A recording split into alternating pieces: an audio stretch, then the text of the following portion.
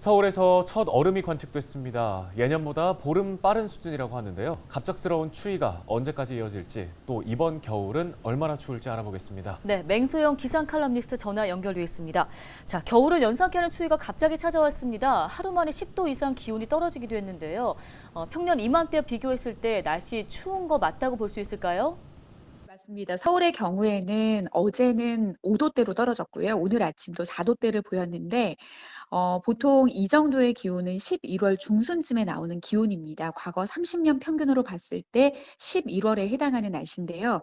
근데 사실 이맘때면 가을에서 겨울로 넘어가기 위해서 대륙에 중심을 둔 차갑고 건조한 공기가 확장하기는 합니다.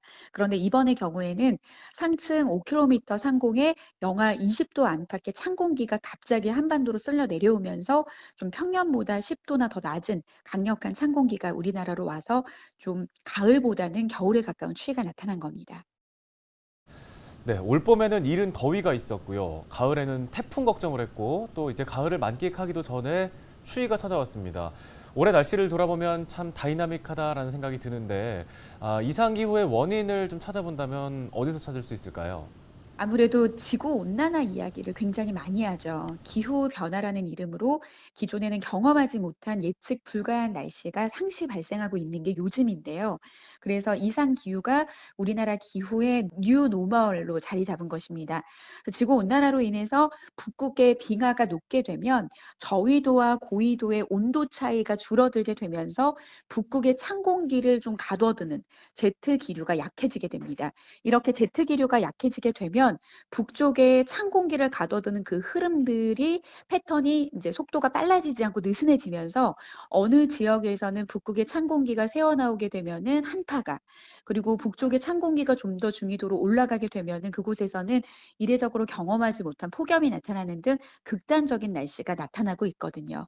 그래서 지금 과거에 비해서 전 지구의 기온이 올라감에 따라 이렇게 전 지구적으로 극단적인 날씨가 나타나는 이상 기후, 바로 지구 온난화로 초래된 기후 변화라고 설명할 수 있겠습니다.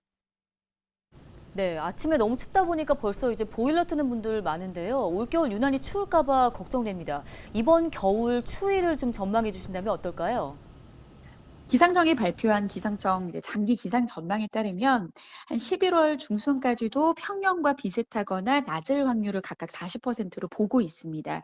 그리고 지금 이제 내일부터는 다시 기온이 좀 오름세로 돌아서는 듯하지만 주 후반 그리고 다음 주 초에는 다시 평년보다 낮은 기온을 보일 거고요. 보통 이제 겨울철에 나타나는 사만사온의 패턴이 올해 가을 동안 유지될 가능성이 굉장히 높습니다.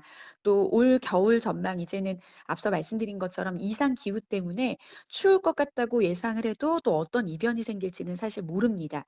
그런데 지금 북극의 해빙 면적이 감소하는 그 양이 많으면 많을수록 그 해에 다가오는 겨울이 추웠던 적이 많았고요. 그리고 이제 라니냐라고 해서 동태평양 해수면의 온도가 낮을 경우에는 또 우리나라의 경우에는 추운 겨울이 올 가능성이 굉장히 높았거든요. 근데 올해 같은 경우에는 북극의 해빙 면적이 감소하고 있는 추세고 라니냐도 계속해서 이어지고 있는 추세이기 때문에 이런 패턴대로라고 하면 올 겨울도 좀 이른 가을에 추위가 찾아온 것처럼 추울 가능성이 좀 높습니다. 근데 무엇보다도 변동 가능성이 열려 있는 그런 뉴 노멀 시대를 맞았기 때문에 좀 예보를 계속해서 꼼꼼하게 참고를 하셔야 될 것 같습니다. 네, 알겠습니다. 관련 도움 말씀 여기까지 듣겠습니다. 맹소영 날씨 칼럼니스트였습니다.